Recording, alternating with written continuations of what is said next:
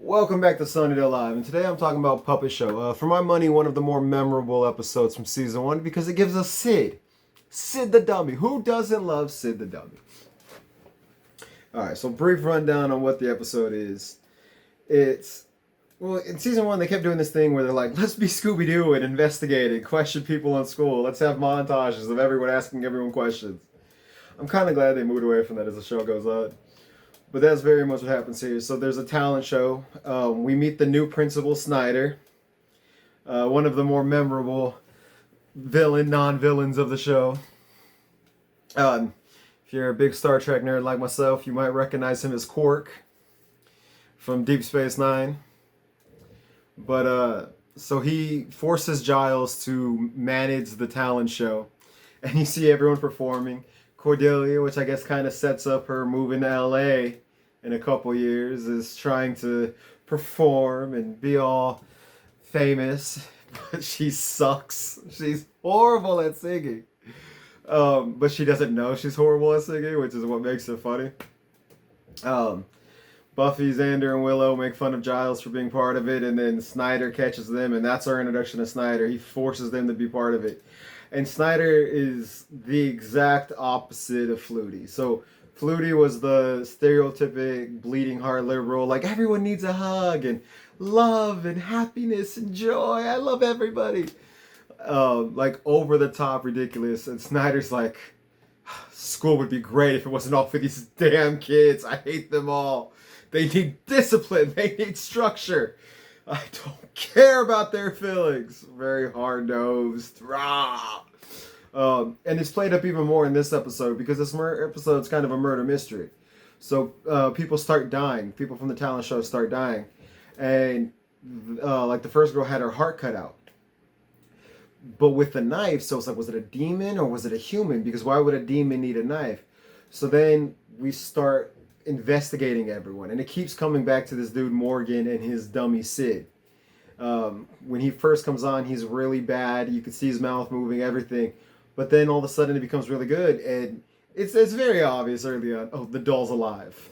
It was very much that stick. And everyone is like, well, Morgan was talking to her. Everyone points the finger at Morgan, except for Cordelia, who called the girl who died Emily. Oh, Emma was my best friend. And then there's like, her name was Emily. But what if it had happened to me? It could have been me who died. It just turned the whole thing to be about her. Cordelia is one of my favorite characters on Angel. I think she grows up and becomes such a strong, powerful hero in her own right. She's very much a champion. But I forgot how vain she is on Buffy. It's like, my lord, like, so shallow. But it's fun. You gotta love Cordelia, even in the early seasons. Buffy's freaked out by dolls, and so then it becomes: is it a human who killed it? They think maybe it's Morgan, but then they think, oh well, there might be a demon that needs to collect 7 organs to stay human every 7 years, and then there's the theory that well maybe it's Sid. Because a doll that looks human, so it could be a doll, mannequin, whatever, inanimate object that has human characteristics, that's possessed by a human spirit, could become human if they collect organs. So then it's like, well, which one of these 3 things is it? And it's very much leading to either Morgan's a serial killer, Sid's trying to become human, or maybe Snyder is some kind of, like, Snyder's killing people. Maybe he's a demon, maybe he's just a murderer, but they're really painting the picture that Snyder's behind it. Because he threatens Buffy a couple times, catches her in weird places. And so, you know, you have this murder mystery thing going. And then Morgan is killed, has his brain cut out, and that's should be the last organ. And Buffy and Sid fight, and they both are like, you'll never be human. And they're like, wait, what? And so we like, oh, well, something's wrong here. So it turns out that Sid was a demon slayer, got trapped in the body of a doll, and he's hunting those 7 demons that they were talking about. And Snyder's just an asshole. So now they're trying to find the last demon. And it turns out it's a magician, and they think he's going to hunt Willow because they find out that Morgan had brain cancer. And so his brain wasn't useful for the demon. So they're like, oh, he's gonna go after Willow, completely ignoring the fact that Giles exists until they realize, like, oh shit, he's after Giles. Buffy's trying to find a way to kill the demon without Sid dying. Sid's like, no, death is released. I've been around too long. I'm ready to go. It's so he kills the last demon and he's free.